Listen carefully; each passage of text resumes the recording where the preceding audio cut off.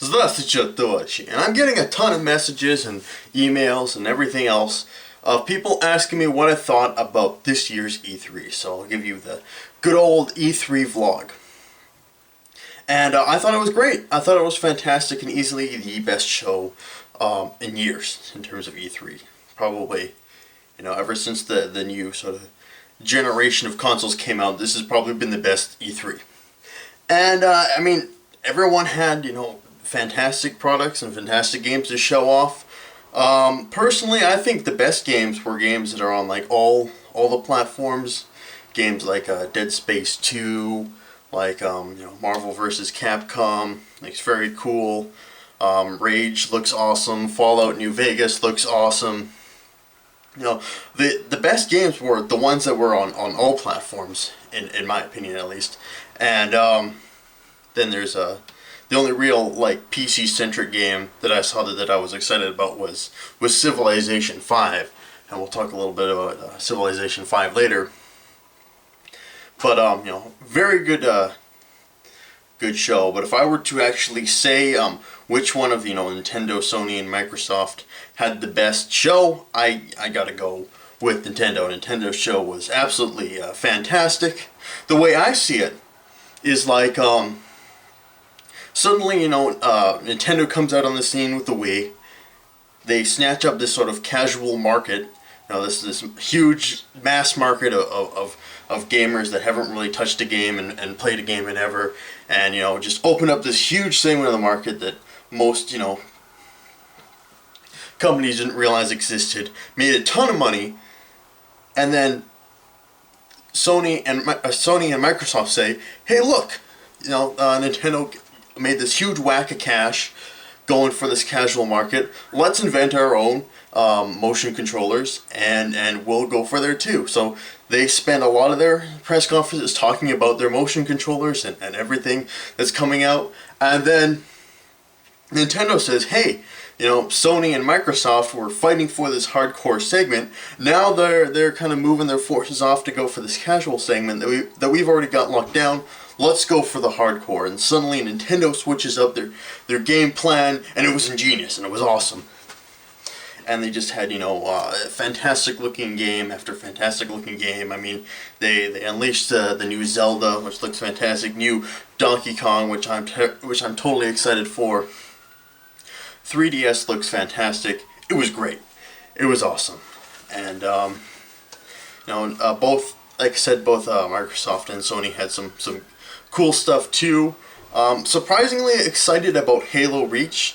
The only Halo I really liked was the first one. Was the first Halo was awesome, I think. And then it's been downhill for me ever since the first Halo.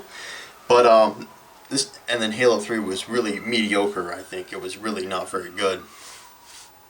And then Halo Reach is coming out. Looks like it's really breathing new life and adding new variables into kind of a really old and stale franchise. And I'm pretty excited to see what Halo Reach has to offer. But the big thing Microsoft talked about was Kinect. And to me, I'm probably gonna pass on Kinect. I own an Xbox, and I'm probably just gonna walk right by it unless there's something really cool coming out for it. But all the stuff they showed off looked really, meh, not hugely into. And in the house I'm living in right now, I don't have anywhere to actually stand up and move around and whatever.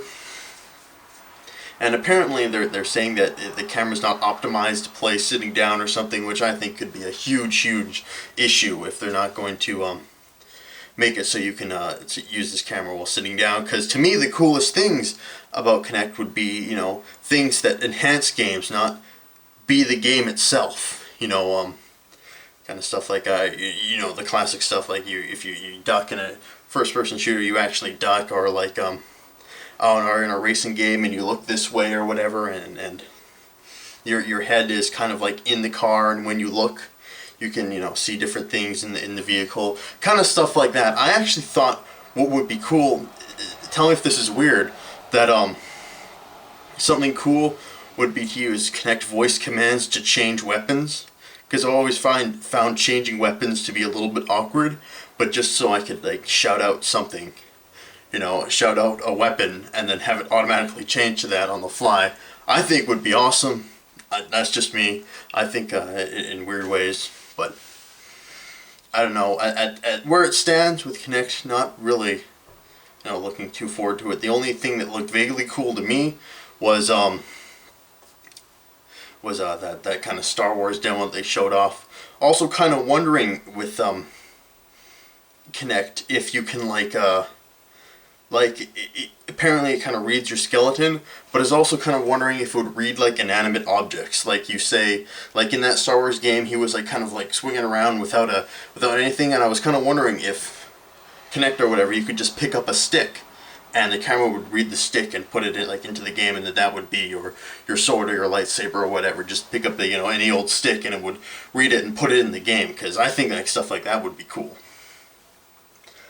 But I'm speaking of Star Wars. I guess I totally forgot about the other PC-centric game that was there, which was Old Republic. And usually I hate MMOs, but I cannot contain my excitement for this game. It looks really cool, and really excited for Old Republic. To me, it might be the first MMO that doesn't suck in existence.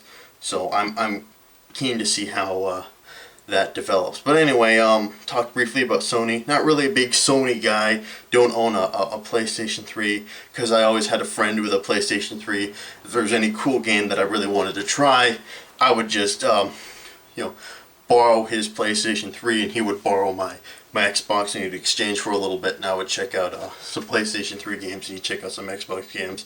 So, never really found the need to own one. No real killer app games for me that I'm looking forward to.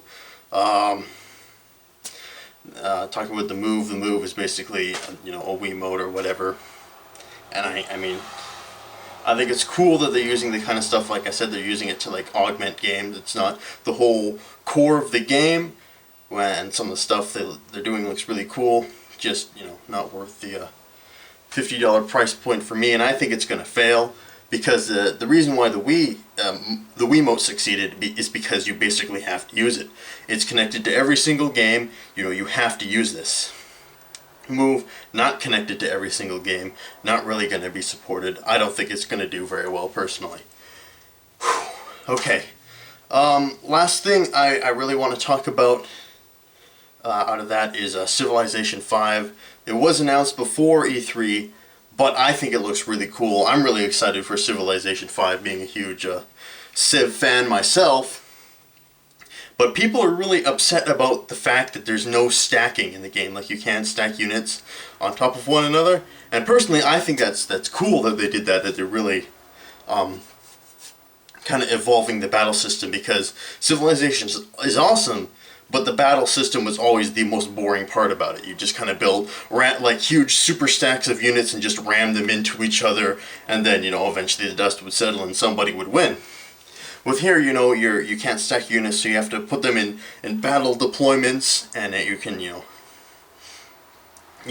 ranged units can attack over your melee units, so you can put cannons on a hilltop and fire down from the hilltop, kind of sort of deal. I personally think it looks awesome.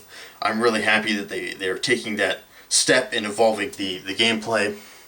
Also, they really talked about the AI in the game and how the AI is going to have its own unique kind of characteristics. Like, if you're going to play, I saw an interview and the guy was talking about, if you're going to play against Napoleon, he's going to be really aggressive and expansionistic, and if you're near him, he's probably going to declare war on you and invade you.